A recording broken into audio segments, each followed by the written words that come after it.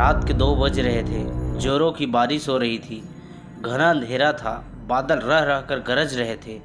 थोड़ी थोड़ी देर पर बिजली चमकती तो आसपास की चीज़ें दिखाई पड़ती थी, अन्यथा हाथ को हाथ दिखना भी मुश्किल लग रहा था। झारखंड के घाटशिला स्टेशन के बाहर रामदीन अपना ऑटो लगाए सवारी के इंतज़ार कर रहा था। इस मौसम में सवारी मिलने की उम्मीद कम थी, फिर भी हो सकता था कुछ देर बाद आने वाली ट्रेन से कोई सवारी आ जाए। करीब 1 घंटे बाद ट्रेन आई। थोड़ी देर बाद बिजली चमकने पर एक 18 से 21 वर्ष की मॉडर्न सी लड़की कंधे पर एक बैग लटकाए बाहर निकलती दिखी।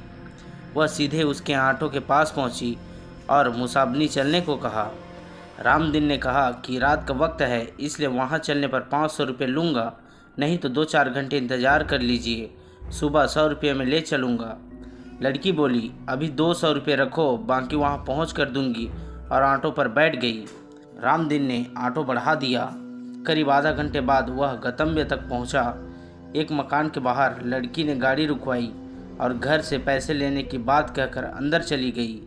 काफ़ी देर तक वह नहीं लौटी तो रामदीन अकेले बैठे बैठे परेशान हो गया।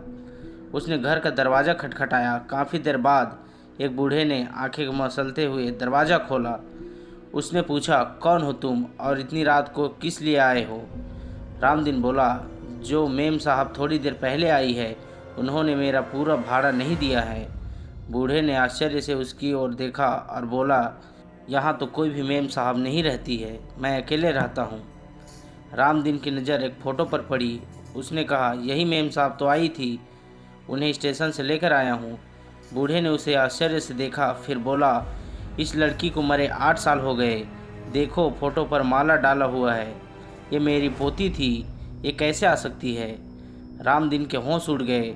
वह चुपचाप अपने ऑटो के पास पहुंचा। उसने देखा कि सीट पर 100-100 के 3 नोट रखे थे। उसने नोट को जेब में रखा और वहां से बेतहाशा भागा। उस दिन से उसने रात में ऑटो चलाना छोड़ दिया। दोस्तों, यह छोटी सी स्टोरी आपको कैसे लगी? और भी ऐसे मज़ेदार स्टोरी के लिए हमारे चैनल को लाइक, सब्सक्राइब और शेयर करें। धन्यवाद।